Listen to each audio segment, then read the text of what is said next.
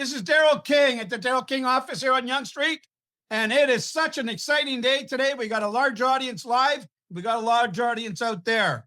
So it's very special because we have our very first mayor coming on Sharing in the Mindset. And it's none other than the mayor of Richmond Hill, my good friend David, who I've known forever. He's an amazing man. And he's also the mayor of Richmond Hill. So let's give him a big hand. Right? Thanks, Daryl. Thanks so much. Right? So I'm just going to introduce him. You know, he served as the mayor of Richmond Hill since 2022. After more than 8 years as Ward 4 councillor, as mayor, he is focused on managing growth, improving housing, affordability, and in promoting environmental sustainability across the city. Was the city a city yet when you came? Yes. It was a city already, so he didn't do that. No. He represents Richmond Hill on York Region Council and works closely with regional leaders to address shared priorities such as transit, infrastructure, community service. Mayor David West is recognized for his collaborative leadership and commitment to building a vibrant and inclusive forward-looking Richmond Hill. So let's give him a big hand today. So, you know, I know all the other mayors in the region, so they'll be next. You're the first always. They're going to be jealous. It's okay. So we're so happy and proud to have you here, Mayor. I'm going to call you Mayor today. Just keep it a little more formal for you. And, you know, we're going to talk about what's going on, focusing on what's happening in economics and future of Richmond Hill. So if you want to just say a couple words before I start in. Sure. No, it's really great to be here. And thank you, Daryl, very much for the invitation. And yes, we've known each other for a very long time, probably because we met each other very young. I think that's probably it.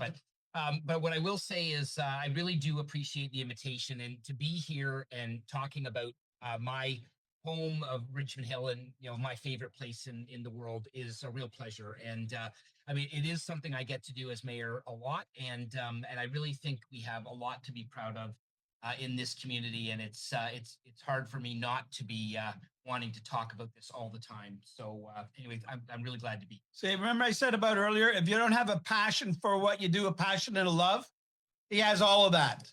All of that. I mean, he's at so many events. So I was so blessed to have him come and share his wisdom and his wealth of knowledge here with us today. And it's exciting. So I've got some loaded up questions. So without further ado, I'm going to be asking him some questions of what's going on here. So what are the top 2 economic wins for Richmond Hill in the past 2 years in your eyes? I know there's many wins we have, there's many losses, but let's talk about the big wins we've had. Yeah, so I mean, that's a good question. And I mean, it's going to be hard for me to keep it to 2, frankly. Well, you can go as longer than that. It's okay. I think you know, when you talk about economics, you're talking about mostly businesses choosing Richmond Hill. And we're seeing that happen despite some of the challenges that we're having right now. You're still seeing that happen a lot. You know, Amazon opened up a big facility just not too long ago in Richmond Hill that is employing between 400 and 700 people. You see that right off the 400 as you're driving up there. Yeah, 404, yeah. And the other thing that's happened recently that I was very proud of is we welcomed our first university to Richmond Hill. It's the United Nations Institute for Water, Environment, and Health. And they are a world-class institute that studies water and its many, many implications for the world society. But they chose Richmond Hill specifically because of our environmental record and the fact that, you know, we are on the Oak Ridges Moraine. We're like the rain barrel of Southern Ontario and for even a good part of the United States. You know, water filters through the Oak Ridges Moraine and then makes its way to be our drinking water. So, and the environmental initiatives that we're taking in Richmond Hill were one of the reasons that we got picked and, you know, others maybe didn't. But, you know, there's other, I mean, the list is long about businesses that have come here recently and or have expanded. Apotex, big generic drug manufacturer, is doing their thing in Richmond Hill and has been doing for quite some time, but they've expanded. We've got Mary Electronics, which is an unbelievably awesome company that does sound technology for a lot of the brands that you know, like Bose and so on and so forth.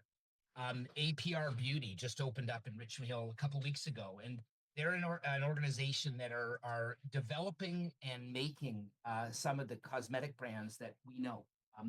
And, Visual Defense is another company that's using, Oh yeah, they're at the. yeah, they're using AI to do all kinds of great things. And one of the things we partnered with them recently is it's called a rover technology. So they go around. The equipment is in our vehicles. It goes around and it identifies where roads need to be fixed, potholes, that kind of thing, without any human beings, doing the work. Amico is another company that's when the new Cordelucci Vaughan Hospital opened up, I noticed a number of the brands that are in that hospital were companies that are right here in Richmond. And so, the list is long in Richmond Hill. And one of the things I've noticed more so in the last few years since becoming the mayor is Richmond Hill does have a number of companies here that, with brands that, like, for example, BMW. But we have so many companies in Richmond Hill that you don't necessarily know the brand that they are, but they're the ones supporting the brands that we all know. And we tend to fly under the radar a little bit in Richmond Hill in our local economy, but the companies here are top notch and they are doing great work all over the world. That's more than two. I'm sorry. That's good. Listen, we like to hear it. Listen, as far as I'm concerned, if it's not good news, we don't need to hear it. There's lots of bad news today. That's true.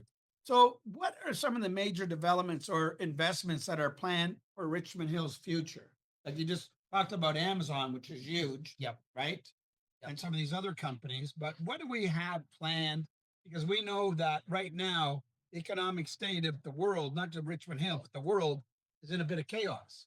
And, it's about leveling out and plateauing out and still planning for the future for growth. Yeah, absolutely. And and you're right. I mean, this is a time I think that it is really important for cities like Richmond Hill to be seeing investments, both private investments, but also public investment, right?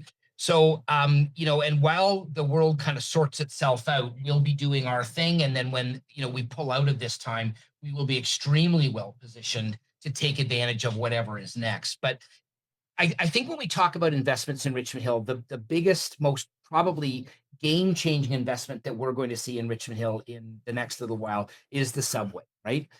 We've been talking about this for a really, really long time. I mean, it is frustratingly long that it's taking to get this happening, but Right here at our doorstep. exactly, and it will be a game changer. I mean, this will change Richmond Hill into a much more modern and more urban environment that we're in right now. But it'll also give us places like just south of here and this area here will become much more urban, much more dense. But with that, and there are definitely growing pains that come with Traffic. Yep, absolutely. But it'll also create the kinds of spaces and places for new and innovative businesses to thrive. And that's businesses that we can enjoy as private citizens all the time, new restaurants and new, shops and services that we can enjoy, but also new places for businesses to locate. And that's really important. And so that's really exciting. And they are moving forward. The tunneling contract has now been granted, and so they will be working towards actually getting the work done. I've said for a really long time that I do have a shovel and I do have a wheelbarrow, and if they need any help, I'm happy to help as well. On weekends because I'm kind of busy during the week. But that has to happen really quickly. Is there a timeline that, we're just above Yonge and Highway 7. So the subway is going to go just south of us, just a couple blocks. So it's been slated for a long time. And it's, I see out in Vaughan, they get it, they're getting it out here. And we're the most central place. And it should have been the most obvious place. They did the transit lines, but a subway into Richmond Hill is like it's the missing link because we have some of our transit infrastructure is not well connected to the subway. Once that subway comes in, you're going to have a terminus here at High Tech and Bridge Station that are probably going to be more important as a regional transit hub than Union Station. We'll have the bus rapid transit, we'll have the subway, we'll have the GO line, which will be right next to the subway at grade, I would add. And the bus rapid transit and the other local buses will all come into that terminal, and it will be pretty much where you need to go to get anywhere in the Greater Toronto area. So it's really, really exciting. Is there a time frame for that now? Well, I mean, the time frame is frustratingly shifting, but I think by the time they get the work done that they've now started to do, we're probably looking at somewhere in the range of 10 years. But it'll happen, as time goes on, and we need to continue to push and push and push like we have been doing, and I've certainly been doing to make sure that they stay on that time.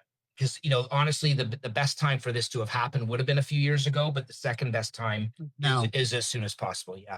But it's not just that, right? I mean, we also had, in terms of healthcare, we had the Schroeder Ambulatory Care Center is opened on or is opening on Leslie Street, and it is a really innovative model for healthcare in our healthcare system, where they'll be doing day surgeries there, and allowing some of those surgeries not to happen at some of our local hospitals, but happen there anyway. where's this? It's right on Leslie, north of 16th Avenue, so just a stone's throw from here.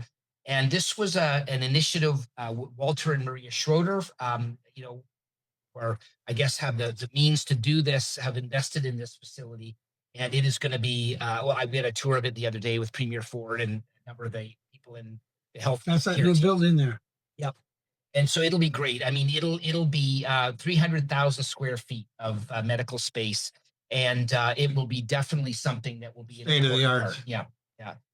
But again, we also have companies like Tuxmat that are making custom car mats. And they're moving their business from China to Richmond Hill to do the manufacturing. Or local. Yeah.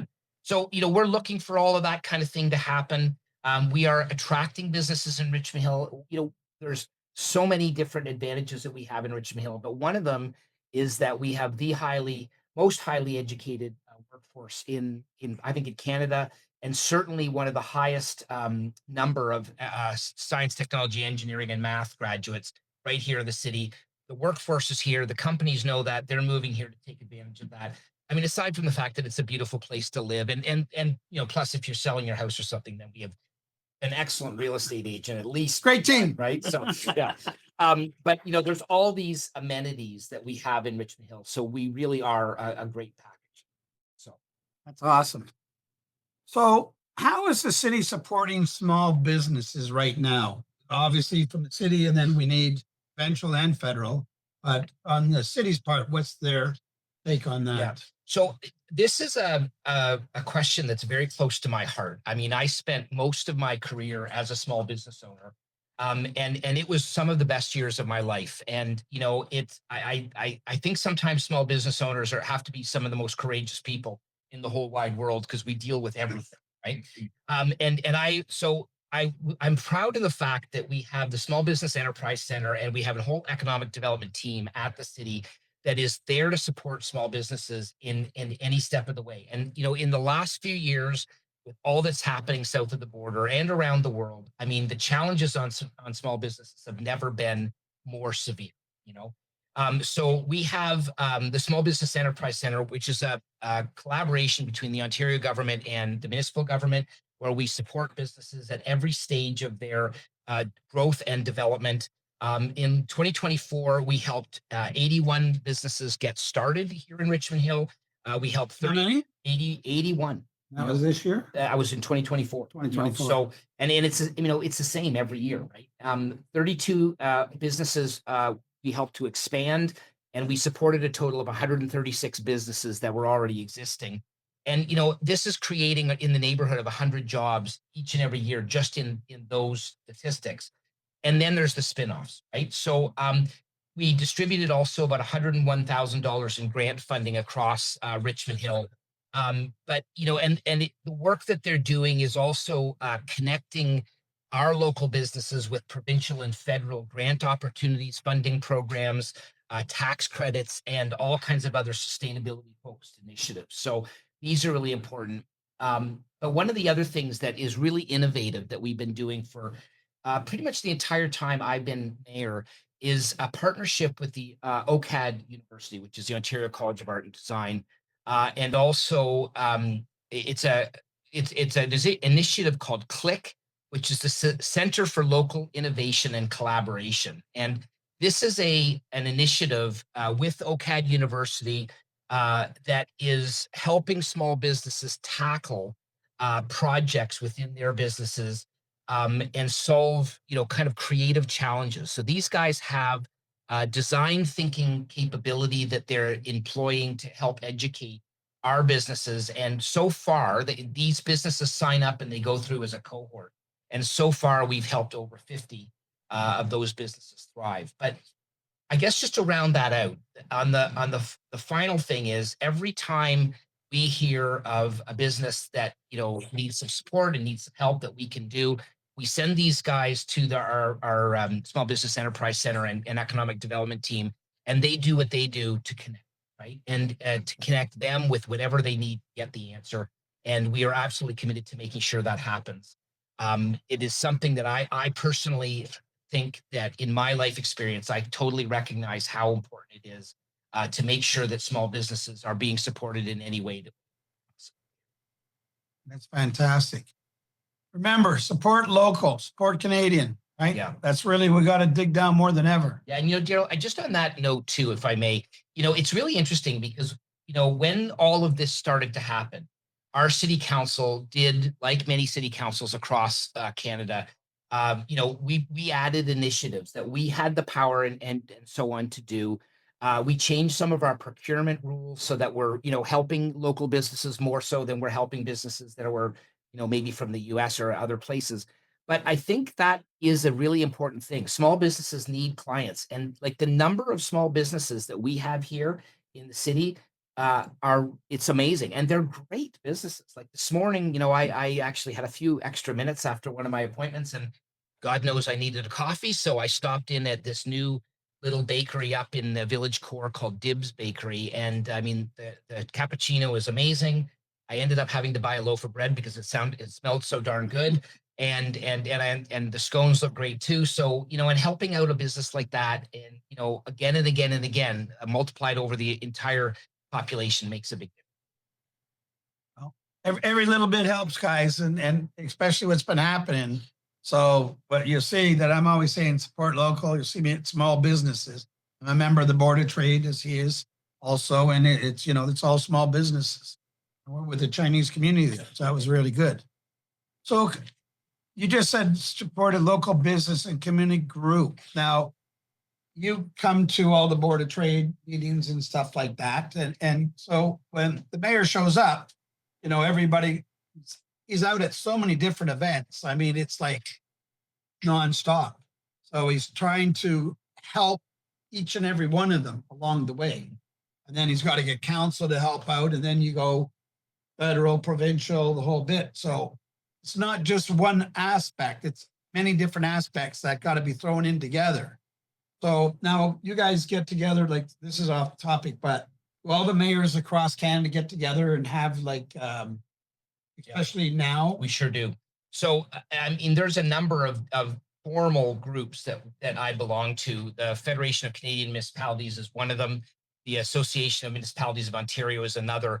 And I'm also on the board of directors of the Ontario Big City Mayors. And I actually find that particular group right now is incredibly useful and helpful in my business life because, everybody, this is the 28 biggest communities in Ontario that are part of this group. And, we share so much in common with the challenges that we face, with the things that we're advocating for with the provincial and federal government.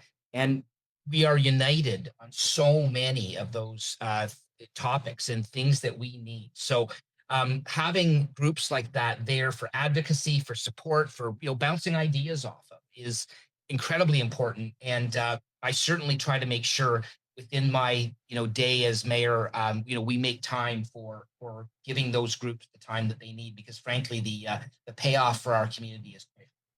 Well, remember, guys, as a team, we're this strong. Individually, you're as weak as the weakest link. So that's with all the mayors across Canada. And then he's in different parts all across Canada. Then he's got the region, which he's one of the board members for there. So you can do so much more with the power and have the governments give you more answers and more support. If you're just a single voice, Yeah, you're just falling deaf ears. Yeah. So I applaud you for that. No, thanks. Right. So What is Richmond Hill's plan for housing and urban development? Now, we've lost a lot of our land in development already. Mhm. We still have some left. Yep. But what is their plans as the city?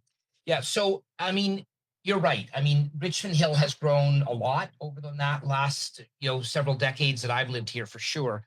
And What are we at, 225,000? it depends which sign you see as you come into I'm just Richmond going Hill, by but my own. it's certainly around that 200 and something thousand for sure.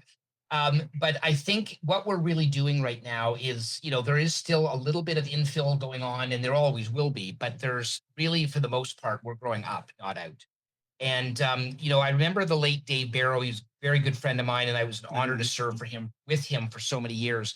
And there were a number of things that he said that I'll always remember, but one of them is that we're trying in Richmond Hill to build a city inside of a town. And I think that that is the best way to describe it, because we have these growth targets that we have to meet from the province, and other obligations from the province. And so the goal in Richmond Hill is to figure out, well, how are we going to accommodate that growth? And the best and most efficient, and probably the best way for society for us to achieve those goals, given what we have here in Richmond Hill, is to build a more dense urban community that's walkable, that has the advantages that urban areas would have, and keep that relatively confined to corridors like Yonge Street right here behind us, where there's transportation and public transportation infrastructure already in place. And then, what makes Richmond Hill currently one of our greatest strengths is that we have these really great dynamic, relatively low density suburban communities as well. And we need to keep those areas as vibrant and as character driven as they have always been into the future. So, for the most part, those areas will stay relatively similar to what they are in the foreseeable future, but we will see more dense development on Yonge Street. And right now, and I don't need to say this to anybody in the room because you all know this, affordability and supply, which are actually quite linked, are two of the more challenging things that we have here in Richmond Hill, but also across Ontario. And, we in municipalities don't build houses. We approve houses, and we've done all kinds of things within our procedures and so on in our planning department to get those development through as quickly as possible. I mean, it's not perfect, but we are constantly looking for ways to be more efficient and get the development approvals out the doors as quickly as we can. But once the approvals happen in a market like we have now, a lot of those approvals are not being built. So right now in Richmond Hill, we need supply and we need affordability. And a lot of the part about affordability is going to be it's going to be necessary for us to be offering incentives for developers to get the job done and get it done now. And I get that some of the economic conditions are not all that favorable for developers, but things like the Housing Accelerator Fund money, or the half funding we call it, from the federal government, has allowed us to give development incentives to developers that are ready to build. And we've targeted for this money that we've received to have purpose-built rental that's at or below market rates. And so, we're trying to do that and get that money out the door so that we can get that segment of affordability in place. But I mean, without going into a really, really long soliloquy about this, there is way more that we need from the provincial and federal government right now in order for us to be successful. I spend an inordinate amount of my time advocating at various levels for that help. I think mayors really know what we need on the ground from our, government partners to make that happen. And I will continue to be relentless in the advocacy for that. So what about Richmond Hill for create more walkable mixed use communities? So would that mean more along Young? Because Beaver Creek is where we got most of our restaurants. I mean, there's other restaurants spread out, but to have a heart, you have to have a place to go to. Yeah. I think at the end of the day, if everything you need in your day-to-day life is within walking distance of where you live, there is an incentive for you to actually walk, right? And But right now, the built structure of many suburban communities like Richmond Hill, because we were built as a suburban community, are not conducive to that. I mean, if you have to walk 2 or 3 kilometers, particularly when the weather starts getting less than it is today, in the wintertime to different places, there's a barrier. So we're trying to build the physical, communities in these, within that kind of corridor area of Richmond Hill that people can take. They can walk, they can take other modes of getting there, like bicycles, micro mobility, and so on and so forth, or they can take transit if they have to go a little further. So those are things that we need to be working on, and that is absolutely the core of any of the plans that we're coming up with. I will tell you that yesterday at Committee of the Whole, we talked and passed. We're waiting to ratify it at Council next week.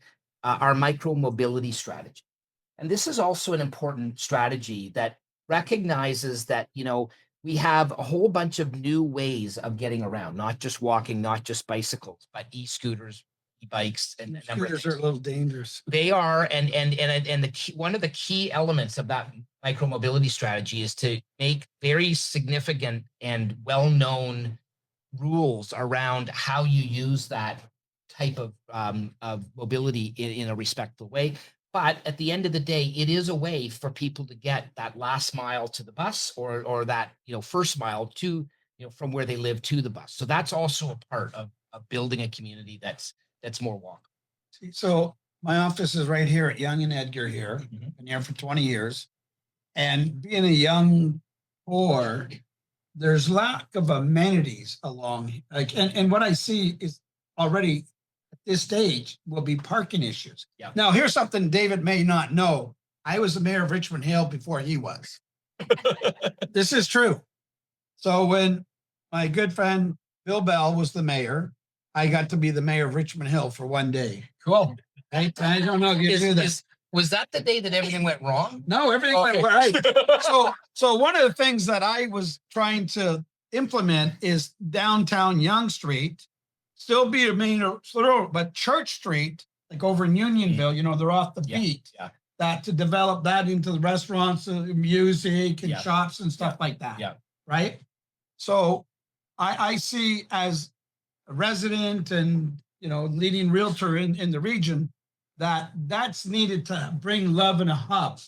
Years ago I tried to make the shops at Don Mills over in Beaver Creek, but one of the because it's owned by two companies, Right.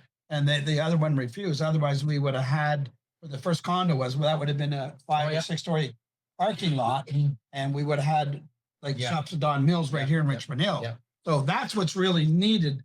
What I see as a resident and people coming from Barrie to Vaughan, from Markham, whatever, that's what they've created in Markham, the Browdy Group, right? They're down with the movie theaters and they're creating all the restaurants in there. We need, other than Beaver Creek, because even there, they either got to build a parking lot or we can't, the business struggle there. Yeah. Well, it's interesting because all of those places that you've talked about, including the West Beaver Creek area, we have a process in place right now that's looking for that to, a model for that to redevelop over time, to create I wouldn't call it the major heart of the city, but it will be a minor heart of the city, and it'll be it already is, but that'll happen. The village core, there's a plan for the village core. We just need the folks that own land in that area to get together, work with each other, and start developing some of that property. Because it is important that we have these vibrant areas in which, and we have them already, but in fact, the village core has actually come a long way in the last little while. It has a long way to go. The transit-oriented community that's being proposed right here at Highway 7 in Yonge, that'll be master planned, and it'll be built over a fairly short period of time, and it will be a very exciting dynamic hub in Richmond Hill. So all of that stuff is definitely in the plans, and we're waiting to get that plan implemented.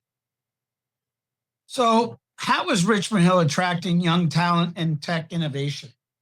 Yeah. Okay. So, one of the overall advantages I think that Richmond Hill has had, and we've had this since the 1800s, is location, right? Richmond Hill, way back in the days of horse and buggies, when Yonge Street was just a gravel or mud road, people came to Richmond Hill on the way to somewhere else because it was about 1 day carriage ride. We're the gateway. Yeah, from exactly. region. And we still are. And I mean, today we have, as I said, the subway's coming soon, but we have a significant amount of transit investment happening here. We have 400 series highway on the 404, then you got the 400 over here. Yeah, and exactly, and we're butting up against. I call Toronto the suburb of Richmond Hill, but that's debatable. But all of these things are all advantageous to Richmond Hill. But one of the keys, I think, to attracting young talent to Richmond Hill, quite honestly, is affordability, right? And again, that gets back to what we were talking before. I mean, housing is a human right. Housing is the right thing to do, and it is. And those are the driving forces behind the work that we're doing towards affordability. But it's also an economic development. I mean, if we are a community that doesn't have enough affordable housing and some other community does, they are at a competitive advantage, and we can't let that happen.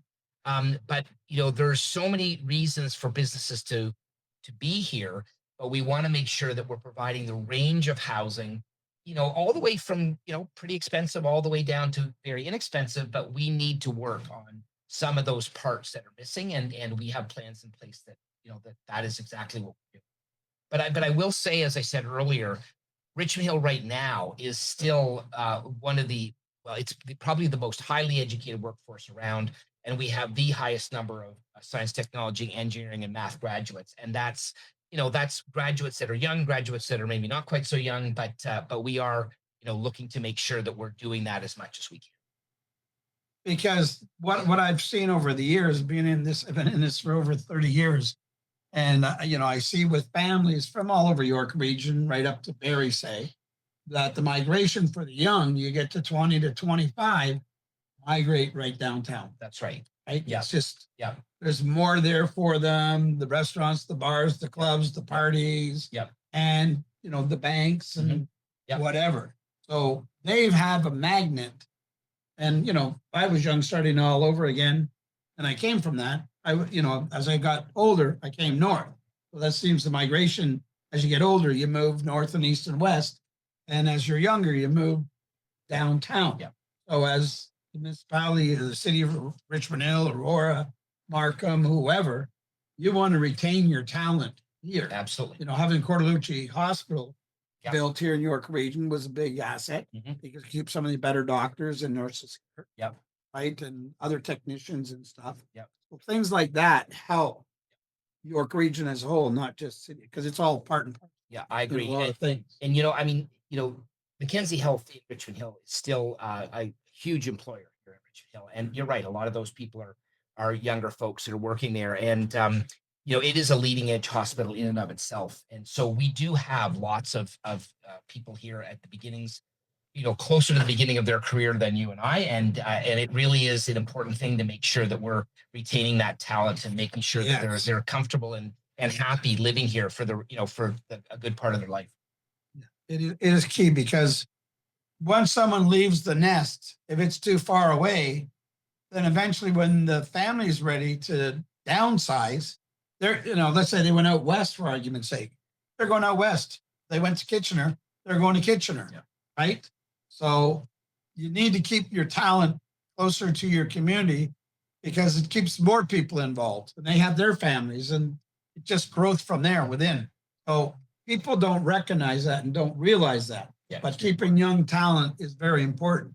That's why you're young realtors that are young, we want to keep you local and to grow your aspirations here, right? And have your families.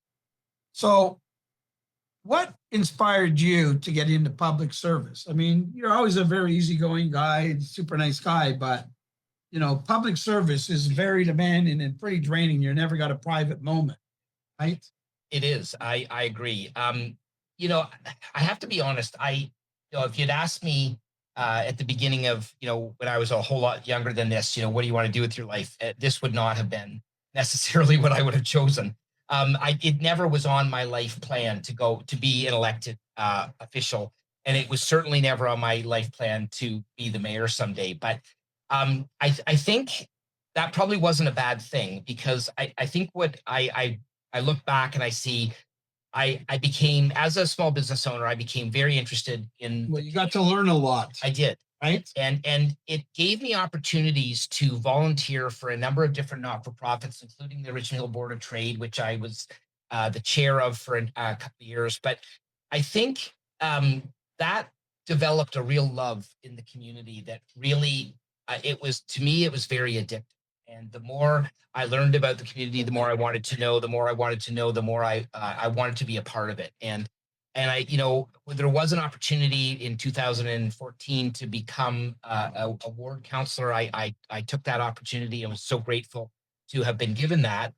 And then, that was really the beginning of a series of events that led me, I guess, to here. But, we had Mayor Barrow unfortunately got sick a few years ago, and they needed to find a replacement as mayor. And I thought, I just thought, well, I'll put my name forward and see what the community thinks. And I ended up, getting a lot of support, and it's just been such an honor to be able to do this job ever since. And it really, it is a demanding job. It takes a huge amount of time. I'm really actually quite thankful that our son is all grown up now and maybe doesn't need me in exactly the same way, because it is a job that takes up a lot of hours. But it's also something, the more I do it, the more proud I am of this community, and the more excited I am for the future that I know that we have in us. We just need to make sure we execute.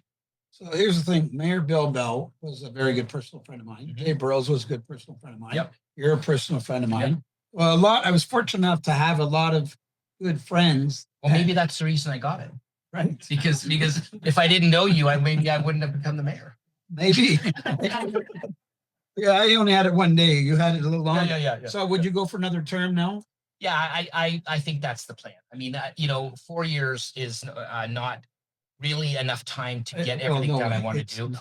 But there's a lot of things that I have come up in the last couple of years that I think need attending to, and I, there's new things even that have come up that I see as opportunities for this community, and I want to make sure that we take advantage of that. So, Well, as doing 4 years, you build up, I would call it more love. There's some people that are never going to like you no matter what you do. It's impossible to please everybody. But you build up your strength, who you are. Because if anyone knows you, they know you're full out. You're at everything, and you're trying to help. Yeah. The only thing I want to know is, how come Tom has a party right on Yonge Street? We don't have a party. well, that doesn't mean we won't have one tomorrow. Well, I hope we do. I was just up at the one he had just a couple weeks ago at the tragic Clip, Shannon Twain. Oh yeah. And Young. Yeah. They bought that part of Yonge Street. Yeah. It was excellent. Yeah. Saturday night. Yeah. Local restaurants were selling their wares, and people are enjoying themselves. Yeah. What I mean, I No, it doesn't have to be right No. on Yonge Street. We do. Well, actually, it's interesting you say that, though, because I think that one of the things that we have a number of really great events that happen in Richmond Hill, but But a lot of it is over at the park. it is. But we need to get it to the rest of the community. Right. So here's the thing. So one of the things that I'm really proud that we're finally getting done is the development of the parkland around the Central Library at Major Mackenzie and Young. Yes. It is called Dave Barrow Square, and that area has been sitting there in our possession for many years now, and it's just a big lawn, and it really doesn't attract the kinds of people that we need, the volume of people that we need.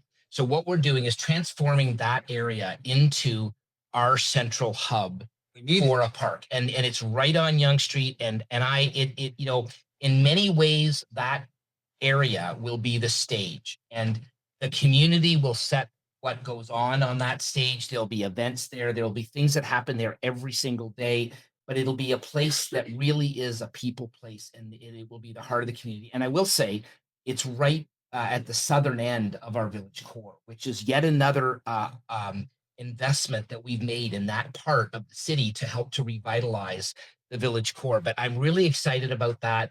I really believe that there was a plan at one point to move our city hall there. Yes. I don't think the city hall is necessary. And frankly, when we kind of finalized the design without the city hall building is a lot more park space. There's a lot more amenities now because we don't have a building taking up that space.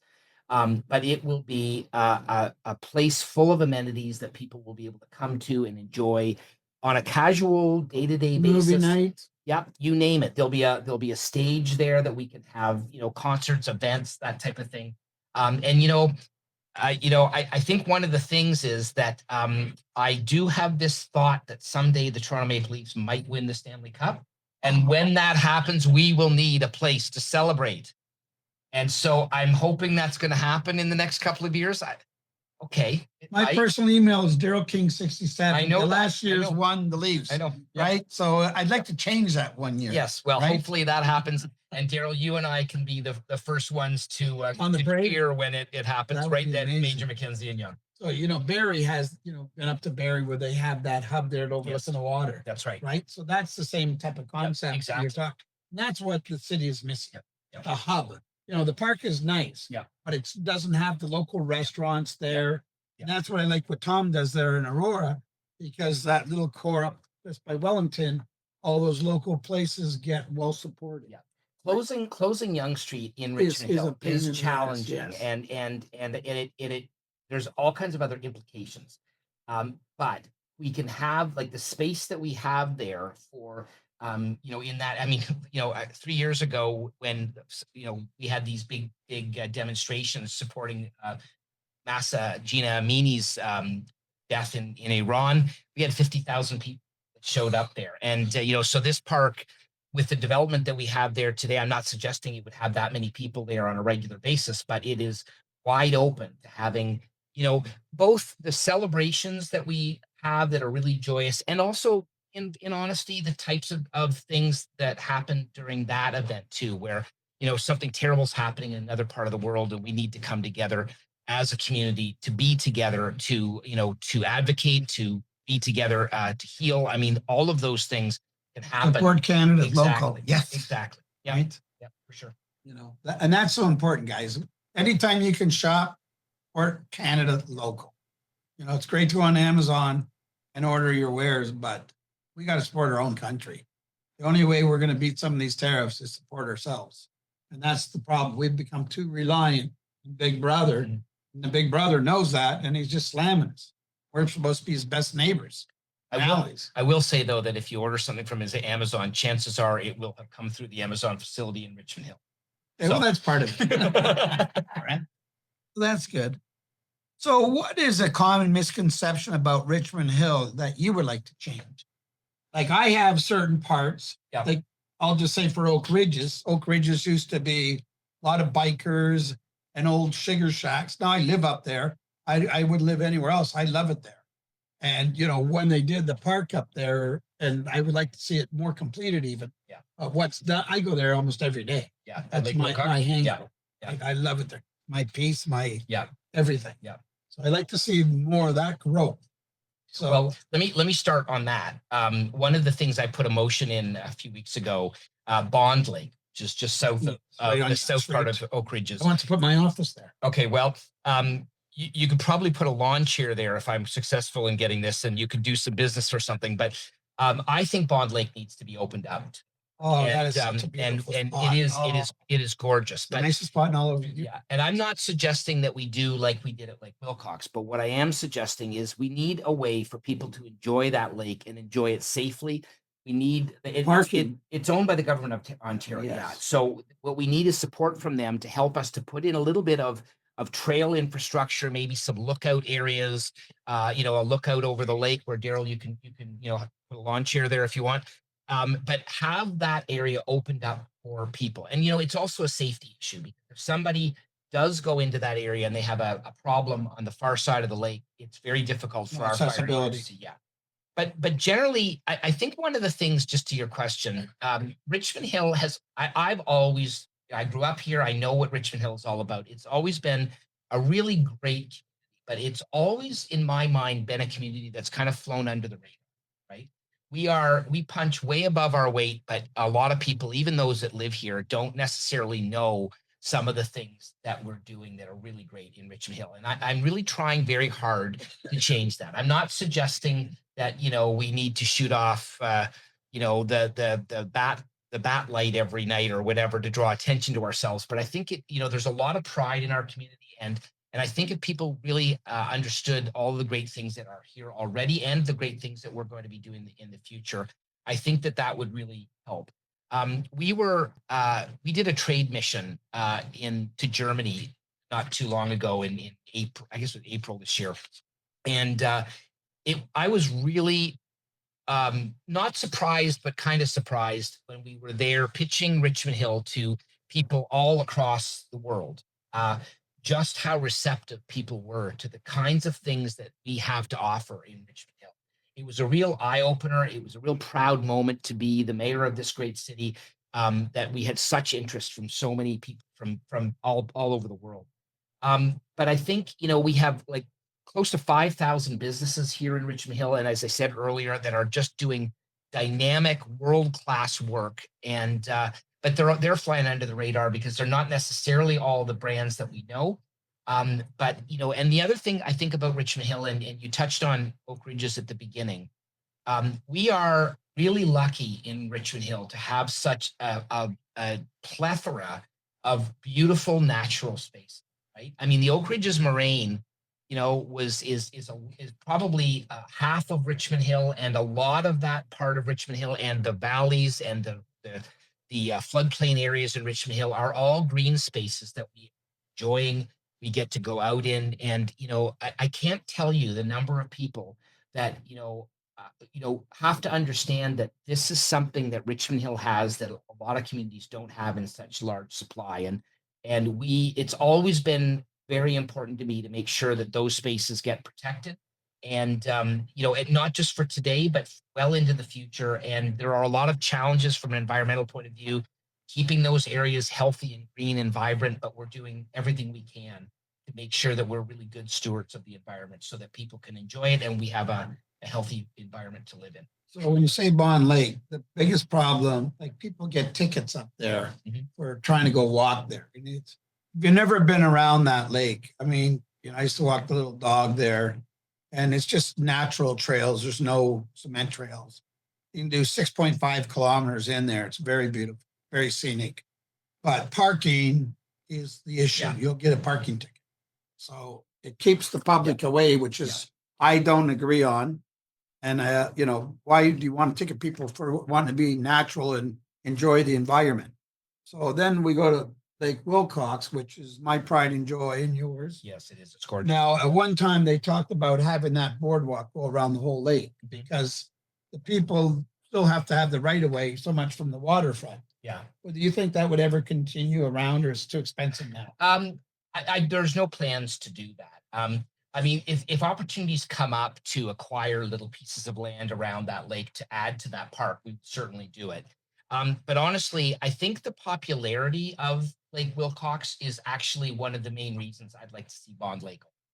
I think people really are craving natural spaces. And when you go to a place like Bond Lake, it is like being at the cottage. If you close your eyes, you're in the middle of the wilderness.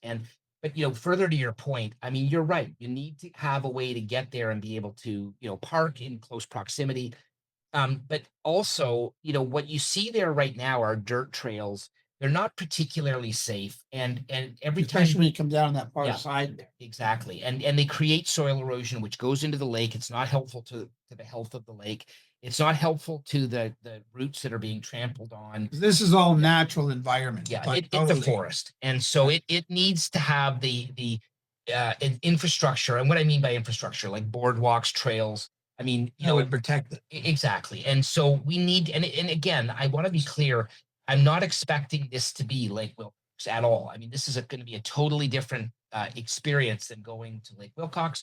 They'll both be beautiful, but they'll be very different. And the other thing about that area is that there is already a really fantastic trail system that runs adjacent, but you can't see the lake from the trail system. So there's also an opportunity to connect You know, so when you're walking your dog, you can walk the dog, but you can also get onto the trail system and go pretty much the width of Richmond Hill on that trail Well, system. up in Perry Sound, you Mhm. talk where the Hockey Hall of Fame, Bobby Orr, Yeah, right there, and you walk along there, they got the postcard down there. yeah, That is it's a two-tier, the lower Yeah. one by the water and then a higher one. yep, Such a beautiful, beautiful spot. And then they It got is. the restaurants there. yep. Now, have they ever thought about doing a little restaurant up in Lake Wilcox? 'Cause I Yeah. think that's, they got the ice cream truck and they got Mhm. the hot dog guys. Yep. But I think there's something that, could be added there. Just Yeah. We do talk about that from time to time, and I think actually there probably are opportunities for more of that type of thing to be up there. The only concern, and again, I'm just kind of thinking off the top of my there's head. two on this ways, one. and I Yeah. understand. Yeah. But Yeah, but if you the problem with that, the challenge that we have with Lake Wilcox is it is really, really, really busy. Adding a really fantastic amenity like a restaurant would probably make it more busy. But what I will say is that there is those spaces that are going to be built into Dayboro Square at Young and Major Max. So what I would suggest that you do is do whatever you do at Lake Wilcox Park, build up an appetite, and then come to Dayboro Square, and you can have dinner there. Well, Lake Wilcox, like where I go there, they got the boardwalk, which has become famous. You see at sunset, Yeah. see a lot of shots that I Gorgeous, yeah. take there. Being a he was a photographer. That's what Yep. he was. He did Yep. photography for our team years ago. So, it's probably one of the best spots to get the sunsets there. Yes, absolutely. Right. But, and at one time before COVID, they were allowing them to have the tents, which I think is right, not allowing them to Yeah. have tent. Because you would have some groups just take 30, 40, Too 50 much space, people yeah. and just control it. So now they might do a little odd thing. You got little babies, a little thing for the sun and stuff. And I like that they have, like, if you're local, you can park there Yep. without paying the parking. Yep. Because the metered parking is needed because you got a lot of people outside. Absolutely. Now you got that other little part just where you go to the community center. They bought the parking there. You got the dirt parking. Would they ever pave that, do you think? It's possible. I mean, we do get concerns about that every now and again, especially when it's really dry in the dust. But That's it's certainly, there's many, many, many, many things like that we would like to do. But unfortunately, the amount of money that we have to do things like that not there. in the totality isn't maybe going to happen as quickly as we would like. But it is certainly something that is in the capital plans. And the good thing I like is they're still not letting motorized unless you're a pontoon boat or something on the lake. Yeah. Right. Because you go out there, you see the windsurfers and the boarders. Like sometimes you'll see 200 out there. Nice day. Yeah. Which is great. So you got that little beach. I'd like to see that cleaned up. Mm-hmm. Yeah, for sure. Yeah, it's a beautiful area. Now, there was one thing I got a real thing, the condo they're trying to build just north of there. Mhm. There isn't any two-story building other than the house from all the way from Major Mac all the way to Bloomington, even further. Yep. They want to do that little condo. That's one of the most sensitive environmental places Yeah. in all Richmond Hill. Yeah. Is there any way that like that got in, it got turned down and then got COVID and then somehow they passed it? Yeah. So I know that a lot of neighbors were so yeah, against that. yeah. So we have the world has certainly changed in terms of our housing needs and supply and all that other stuff since before COVID. But in the light of the different regulations that we've had come down from the province, in different changes to the Planning Act, different targets that municipalities like Richmond Hill have to meet, we've just updated our official plan. We are just putting the final touches on our comprehensive zoning bylaw. And one of the things that those two refreshed and renewed documents will do is set the rules of engagement and where we're going to allow and what we're going to allow in different parts of the city. And then all of these plans are compliant with the dictates that we've had from the provincial government. But I think, at the end of the day, what we really are trying to do in a situation where there's maybe a little bit more density than the community would like in a particular area, what we're trying to do is make sure that the built form of that building is as good as it can be, and it's designed in a way that it's not as obtrusive to the community. It's built with the greenest standards that we can for both for today and for the future. And I think at the end of the day, Oak Ridges, for example, will not be the place where you're going to see intense growth for sure, but there will be some. But the intense growth will more logically be located down here in the south part of Richmond Hill. But everywhere we'll see some changes, but we've got to make sure that we're managing those changes to to make our community the built form of our community the best that it can be. I just know that's such an environmental, because I know at one time when I moved, there was 107 different species in that wetland. Yeah. And, you see here the wild frogs and all of that, the deer come up Yeah. to the back of the fence. And, if they build a condo there, they're going to erode a lot of that. There, like I said, there's nothing higher than a 2-story house from Major Mac all the way up to Wellington. Yeah. Right? Yeah. I agree. I mean, I think, that's why any development that is approved in that area really does need to be kept, at a reasonable level. I mean, the environment up there, environment everywhere is sensitive, but the environment up in that part of Richmond Hill is a little bit more sensitive than it is elsewhere. So there's a couple questions I didn't have on my list, but I'm going to throw them out to you now. One of the things that, I see more in my good buddy Vaughn's place was Stephen, that the home invasions and the car thefts. Mm-hmm. And, I went when all the police chiefs there, when Miss Daisy had that big thing there, Yep. I went and they told me most of it is federal. That is the issue. Do we as a city have anything that we have protracted to try and stop this? Yeah. Like, people are living in their homes. You're supposed to be safe. Yeah. Not getting killed in your homes and being feared about doors, alarms, and everything. Like, you just have keys in the car and the door's open. Now, I know society's changed, but we want this. Richmond Hill has been a pretty safe place for the population we have. We don't want to see this craziness coming into our neighborhood. Nothing is resonating more than that with people here in Richmond Hill right now. I mean, it is absolutely alarming, and it is jarring, and it is concerning people. And this is a big problem that's happening all across Canada, probably everywhere. Yeah. But I mean, the thing is, and everything hits the ground at a local. That's all part of this job.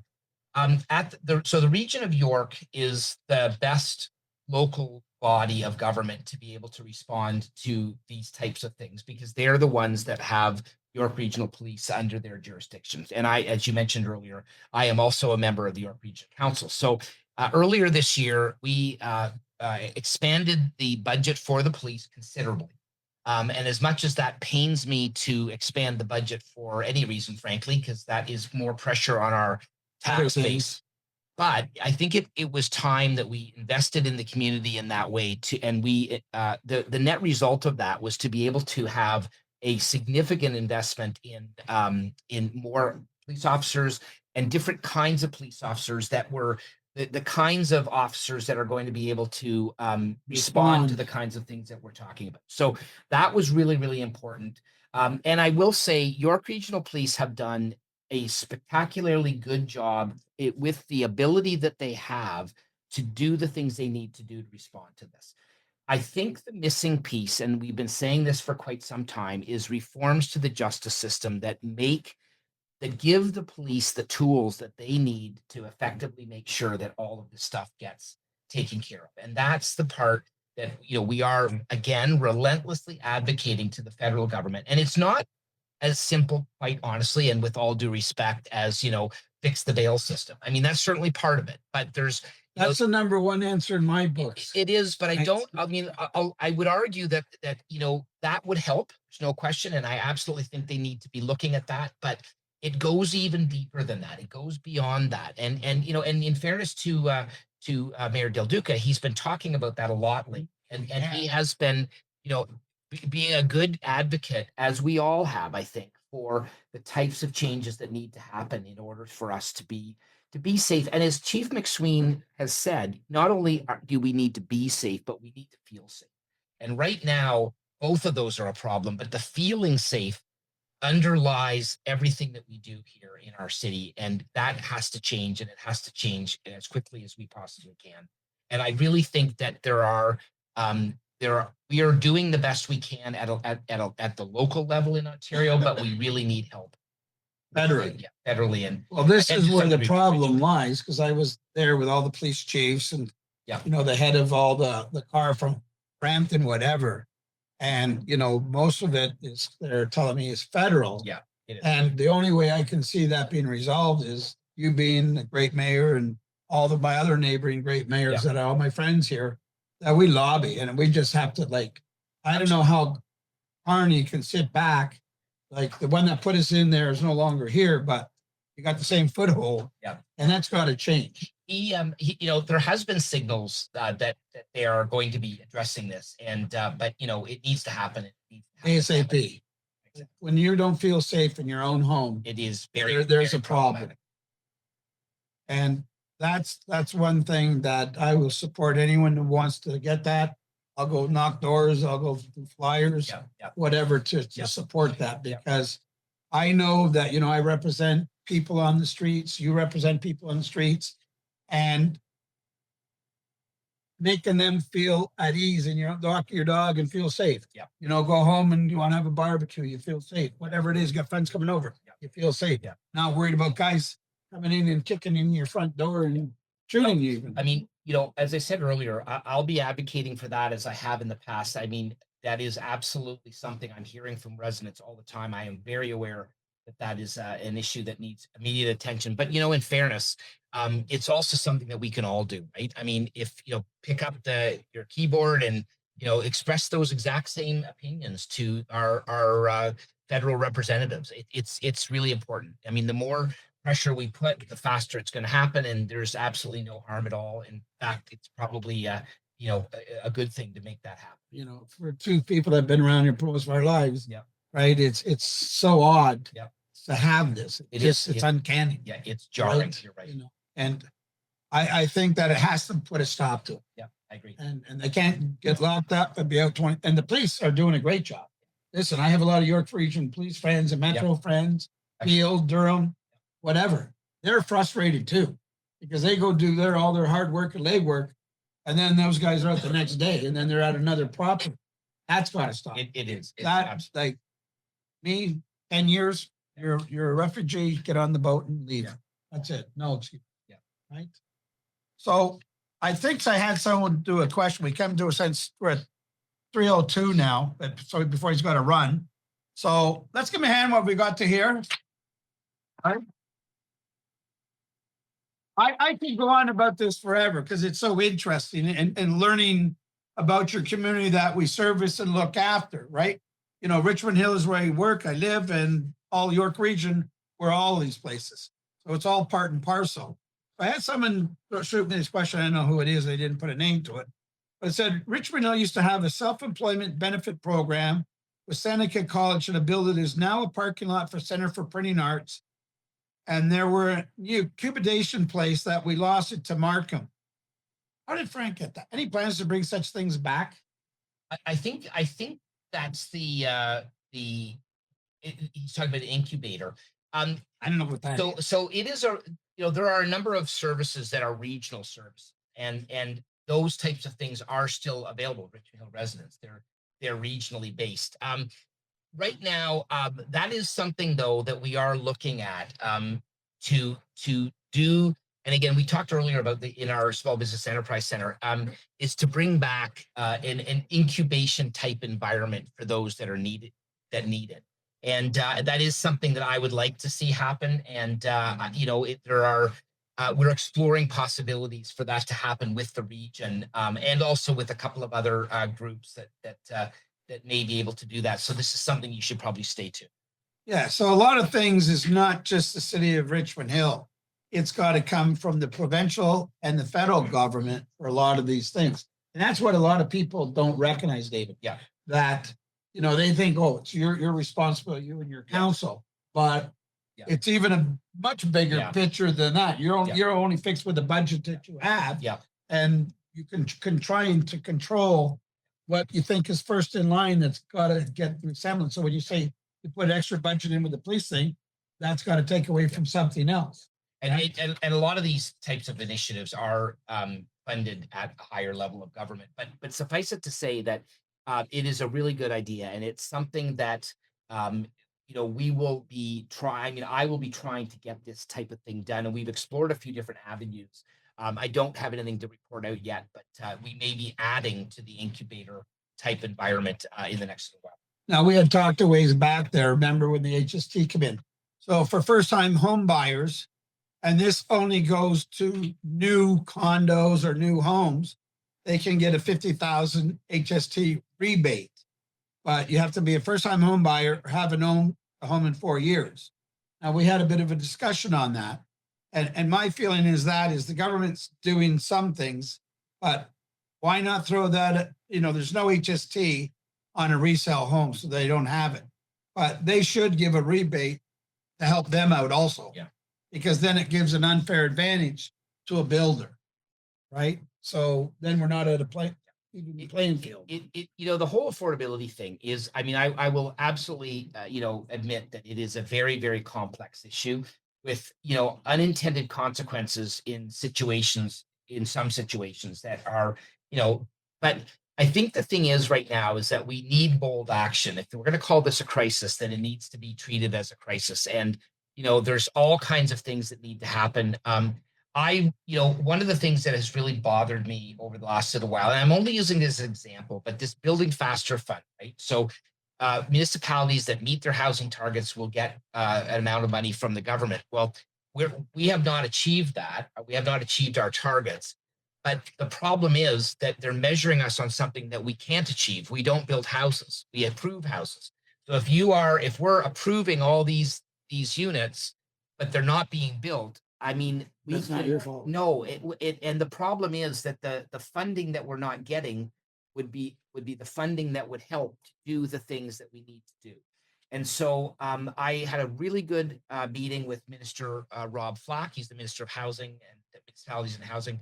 And I think I'm hopeful that the provincial government gets that, and I'm hoping that we see a new suite of programs that we can use as incentives, both at the provincial level and at the federal level, and ideally, coordinated between the two, so that they're listening to what we need as municipal officials. And I mean, I know what we need, and I know it well, but we need that support from the other levels of government. So one of the other things I hear is from a lot of the builders that I deal with, represent most of all the builders, that it takes so long to get permits in Richmond Hill compared to other municipalities. Is there a reason for that? Well, I'm not entirely sure that that's as accurate. I'm just saying what I hear on my side. But what I will say though is that listen, the building approval process is extremely complex, and I got to give kudos to anybody that's brave enough to go through that complexity. But what I would say is that we have spent a great deal of time and money in looking at and streamlining and making really positive changes in how fast we can get things approved and out the door. There is still a certain amount of roughness to the process that needs to be sanded out, and we'll always be looking to do that. But over the last little while, we've hired auditors to go through and audit the process, and we've taken the recommendations seriously. And I really think that if the builder is giving the information that's necessary to create a complete application, and it's done properly, and they're asking for something that is within the bounds of what the official plan and so on is asking for, the trip through the process should be fairly painless and quick. Where you run into problems is where you have people asking for things that are just not within the realm of reason, and or they're not quick and responsive to get the information that's needed. Now, that's not the entirety of the solution, but I think it goes some distance in it. Suffice to say that we have been making changes, and we will be making more changes. We do not want that to be the bottleneck. And right now, quite honestly, I don't think that is the bottleneck. I think the bottleneck is getting the approvals that we already have approved built, but we also want to make sure we're doing both at the same time. So you got time for a couple of questions? Just a couple, yeah. Anyone have a question that's here? Who's got a question? I see a hand there. Hey, how are you? Yeah. Good, good. Well, thank you for coming here and like That is our very colorful orange. First of all, we are so happy to see you here. So I do have a question. I just heard that, for example, one city, they start to turn off the speed camera on the one. Mhm. Richmond Hill does have the same plan. So, okay, so to be clear, Vaughan turned off its own speed cameras. Not the At- major at the- highways. No, at the municipal. There are still speed cameras on regional roads. That's a region of York initiative. This is a tough one, and I know that there are a lot of people that are really concerned about that. But I'll be honest. Going the speed limit is the law, and the speed cameras are only implemented in community safety zones. Now, what that usually means in most Schools. cases is schools and retirement homes. There are vulnerable road users in those areas, and to be honest with you, the speed cameras are working. We are seeing absolute reductions in speed, and as painful as it is, and I will be the first to admit, I got a ticket the other day. I did not call the mayor. I paid it because I was going a little bit too fast, not a lot too fast, but a little bit too fast, and it has changed my behavior. I've noticed it. But the thing is that there's a graphic that I've seen recently that really, in my mind, says it all. If a car hits a person at 30 or 40 kilometers an hour, there is a pretty good possibility that the person will be okay, right? Not certainty, but some. If the person gets hit at 50 or 60 kilometers an hour, that possibility drops off dramatically. If you hit somebody past that, it's probably almost certainly going to be a bad outcome. And, I've heard all the time in all 10 years that I've been on council how important road safety is. This has actually been the most effective tool that we have in our toolbox to reduce speeds. I know people sometimes don't like it, and you certainly don't like it when you get a ticket. But, if we want road safety, then we are going to have to put up with some of this type of thing because, honestly, it is making a difference. And, I don't want to see somebody getting hurt because we didn't do all that was available to us to make sure that we keep our community safe. And now I would not advocate to be putting these things all over the place. I mean, remember years ago, they were on the highway, right? But the difference this time is that they're in areas in our city where there are vulnerable road users. I saw not too long ago in one of the community safety zones, and I used to be a school teacher, so I think I know kids.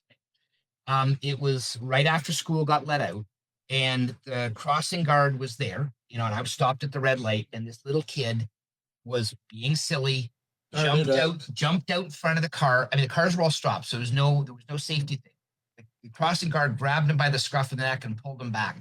But these mistakes on our little and senior citizens sometimes happen. What we don't want is somebody going over the speed limit, not able to stop when the same mistake happens, because that will end up in a fatality. I see. Okay, thank you. Oh, for someone on the road all the time, there's new speed places, different municipalities.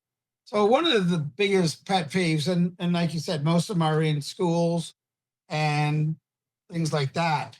But what's confusing sometimes is like 40 is very slow. Like we can argue to her a lot and I understand you get hit, whatever. But with modern technology, we never had 40 ever growing up. And those cars couldn't stop from here to there with the brakes they had. So with technology, they can stop a lot faster. So 40 is almost a snail's, like you're trying to get around. 40 is like ridiculous. I agree. But what's even worse is then they have a time thing. So if you're from this time to this time, it's 40. So then if it's not that time, what is it?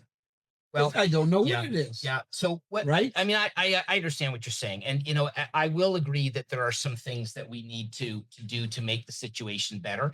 But the one thing I will say though is that 40 is fine, but if with all the distractions that we have as drivers also, the response time is also low. I mean, I think I really do believe in the not too distant future, we're going to be having a discussion on how to make the system better. And there are places that, as I used the analogy earlier, we could sand it off and make it smoother. But at the end of the day, I really do think that the program fundamentally has merit. Whether there are some things we can do better in the program, I'm all ears. But right now, the system is working. It is increasing the safety in those school zones. And as mayor, somebody that's been concerned about it and hears about it all the time about road safety, it's working. And I'm happy to see that fundamentally continue. I agree. We shouldn't be speeding. We are. It's against us. Yeah. But like I said, it's confusing hours to here. Then you got the weekends. Yeah. So No, yeah. what are the Yeah. speeds then? No, I- Like there is some ambiguity about it. That's not very clear. That's true. So that part I'd like to see. Anyway, David's got to go, our mayor. So I want to really take this time out. I mean, time flew. He was here early. He's sharing his time with us. This is Daryl King sharing the mindsets with our local mayor here, David West, here in the city of Richmond Hill. We've got the Daryl King team here, and we got a large audience out there. But I want to give him a big hand and thank him for his insights and his knowledge and sharing with us. And, I look forward to supporting you in the coming years. Well, thank you, Daryl. Thanks very much. And thank you very much, everybody, for being here. It's been a real pleasure. As I said earlier, it really, it makes me very excited to be able to spend some time, talking to you. I've known you for such a long time, but also just getting the word out about Richmond Hill. Thanks very much. Stay tuned for our next episode. Thank you, Mayor. Thanks again, man.